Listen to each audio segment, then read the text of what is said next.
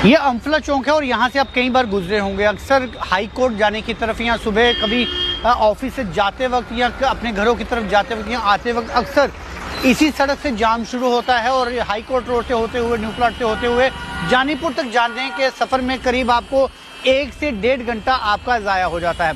कई बार माथे पर पसीना आते हुए हम माथे पर हाथ रखते हुए कहते हैं कि आखिर कब सरकार इस सड़क को एक्सपेंशन करेगी, क्योंकि कई बार निशानदेही हो चुकी है लेकिन काम शुरू नहीं हो पाया। एक बार फिर से सरकार ने हामी भरी है और इस बार टेंडर प्रक्रिया भी शुरू कर दी है। अनुमान के मुताबिक जो सरकार की तरफ से अब फैसला लिया गया है कि अम्फला चौक से एक फ्लाईओवर स्टार्ट किया जाएगा जो जानीपुर से होते हुए रूपनगर का जो टी पॉइंट है वहां पर जाकर वो फ्लाईओवर जो है वो एंड होगा, जिससे यहाँ पर जो ट्रैफिक की कंजेशन है उसे कम किया जा सकेगा।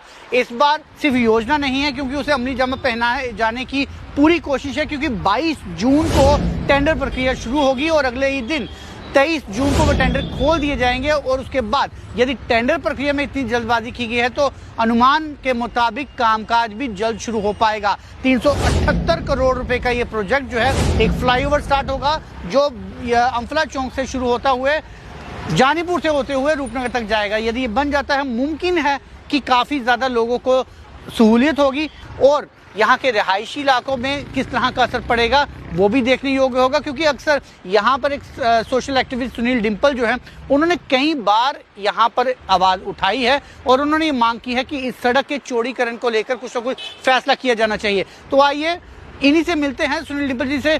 जी सुनील डिम्पल जी, आप बताइएगा ज़रा, ये अम्फले जहाँ पे मैं अभी खड़ा हूँ यहाँ से लेकर रूपनगर के टी पॉइंट तक जो है अब फ्लाईओवर बनने जा रहा है। 378 करोड़ का ये प्रोजेक्ट है। आपको क्या लगता है कि इसमें आपकी राय क्या है, कि हो पाएगी या इसमें भी अभी कोई मुश्किल नजर आ रही है? जी सुनील डिम्पल जी। देखिए, यकीनन बिल्कुल सही बात है कि यहाँ पे प्रदर्शन हम कई बार कर चुके हैं, लेकिन प्रदर्शन में हमने ये मांग करी है कि अम्फला मांडा से एक जानीपुर हाई कोर्ट तक और एक हाई कोर्ट से लक्कड़ मंडी से के पीछे होती हुई जानीपुर मेन स्टॉप से होती हुई रूपनगर के पीछे से होती हुई बनतलाल से लेकर के अखनूर तक एक 4 वे सर्कुलर रोड बनाई जाए, जिसके साथ ये हमारे अम्फला, न्यू प्लॉट, टाली मोड़, जानीपुर और रूपनगर तक ट्रैफिक का उजाला हो सके। लेकिन जहां पे जब हम ये मांग करते हैं कि अम्फला मांडा से जानीपुर हाई कोर्ट और अखनूर तक 4 वे सर्कुलर रोड बनाई जाए और साथ में वहां पे मेट्रो भी शुरू की जाए, तो सरकार हमारे लोगों के विरोध में एक पॉलिसी लेकर के आ जाती है। पहले एक ये पॉलिसी लाई थी कि यहाँ के बाजार को चौड़ा किया जाएगा। अरे भाई, मेरी उम्र 60 साल की है और 60 साल से सबसे पहला रहने वाला रिहायशी हम यहाँ के लोग हैं और ये सारा उसके बाद डेवलप हुआ है। लोगों की अपनी जमीनें हैं, घर हैं, दुकानें हैं। आप बताइए कि इनको चौड़ा कैसे किया जा सकता है, जो लोग 60 साल से यहाँ पे बैठे हुए हैं। दूसरा, इतना पैसा और मुआवजा कहाँ से सरकार के पास आएगा? क्या वो दे सकेगी? फिर उसके बाद ये देखिए कि ना तो ये सड़क चौड़ी होगी और उसके बाद आप फ्लाईओवर की आज बात अफवाह फैला दी।